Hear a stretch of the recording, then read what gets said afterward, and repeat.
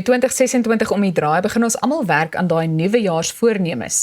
Een wat ons almal dalk ter harte moet neem, wat sukkel ek nou so, is om slimmer met ons geld te werk. Elizabeth Coetzee van Everest Advisory Services is hier om vir oulaas vir ons haar 2 sent te gee, voor ons die feesseisoen binne gaan. Elizabeth, baie welkom. Jy kan sien, ek is so gespanne wanneer ons praat oor beursies en geldsaake, dat ek oor my eie woorde val. Ja, jong, het jy nie genoeg 2 sente nie? Jy moet vir almal uitdeel. Luister, dit is waarom jy hier is, want jy gaan vandag vir my wenke gee.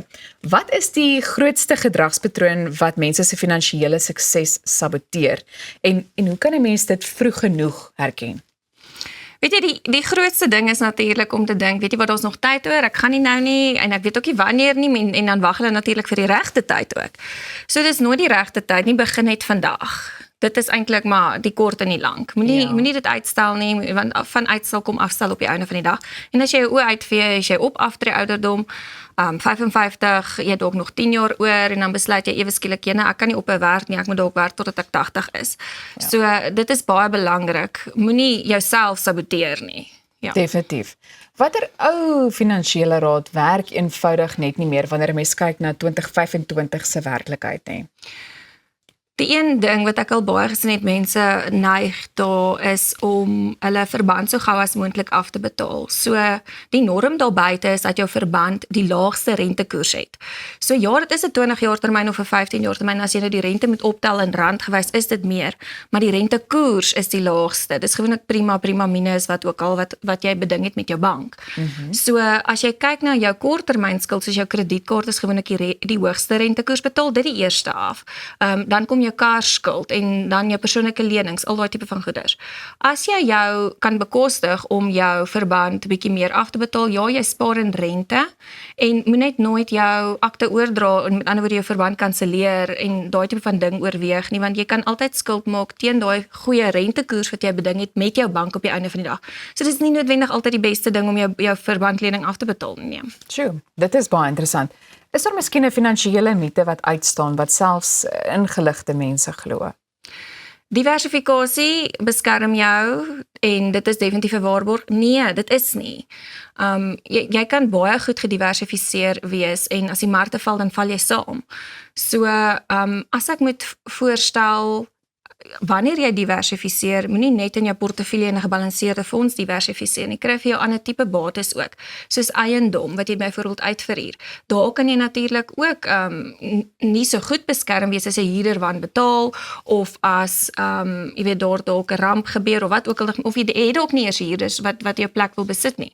So op die einde van die dag, wees verspreid genoeg, maar ook nie net in een portefeulje byvoorbeeld indirekte jy weet eiendomsmark of daai tipe goed nie, kry direkte bates ook, crypto, kry goud, kry jy weet ETF's byvoorbeeld wat 'n lekker vorm van klomp aandele is waarmee jy kan speel, nie noodwendig weet wanneer jy moet verkoop en wanneer jy moet koop nie.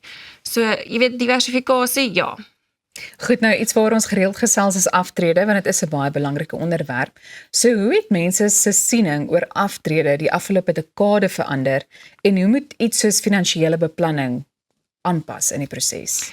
Ja, so die afgelope dekade het ek agtergekom, jy is byvoorbeeld op aftree ouderdom 65 wat 'n gemaklike ouderdom is om af te tree, en dit is maar die tendens, en dan net om agter te kom, weet jy wat, ek het nou ewe skielik 'n stokperdjie ontwikkel en dit kan my geld maak en jy weet daar gaan jy aan, jy stel amper jou aftrede uit.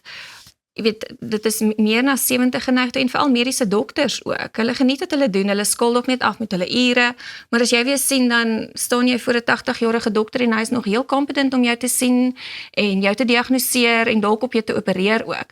So, ja, aftree op 65 is nie meer nie, dis taboe eintlik. Ja. En dit is baie meer algemeen, jy is heeltemal reg, mense hoor dit ook baie gereeld wanneer 'n mens met ander mense gesels. Wat is die vreemdste of die mees onverwagte fout wat jy in 'n boedel of 'n egskeiding raak gesien het? Een van die dinge wat nou in die laaste paar jaar opgeduik het is dat mense heelwat kom geld in cryptocurrency besit, maar nie noodwendig die wagwoorde het nie. So as jy nou tot sterwe kom, gaan jy dood met daai inligting. Wat word daarvan? En dan word dit verlore, want hoe kan jy dit nou eintlik kry op die einde van die dag? So dit is iets baie belangrik. Jou Facebook profiel, baie mense het sosiale media platforms wat vir hulle geld verdien. So jy weet, jy moet dit in jou testament benoem en met jou eksekuteur bespreek voor jou afsterwe. Mens weet nie wanneer dit gaan gebeur nie, maar jy moet dit bespreek om seker te maak alles is veilig. Dit word so hanteer as ek nie meer daar is nie. Die volgende persoon erf byvoorbeeld die profiel of wat ook al. Ja.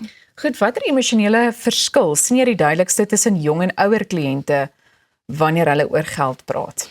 So die jonger kliënte is meer geneig om te sê, weet jy wat, ek wil nie vasmaak nie, ek het nog langer tyd, ek kan nie nou bekostig om vas te maak nie, ek weet nie wat ek met my geld gaan doen nie. Waar die ouer mense weer geneig is om te sê, jy weet, ek kan nie 'n sent verloor nie, so ek moet baie konservatief weer wees. So beide is eintlik vir my verkeerd, want die jonger mense het baie tyd oor en saamgestelde rente is soos die next best thing.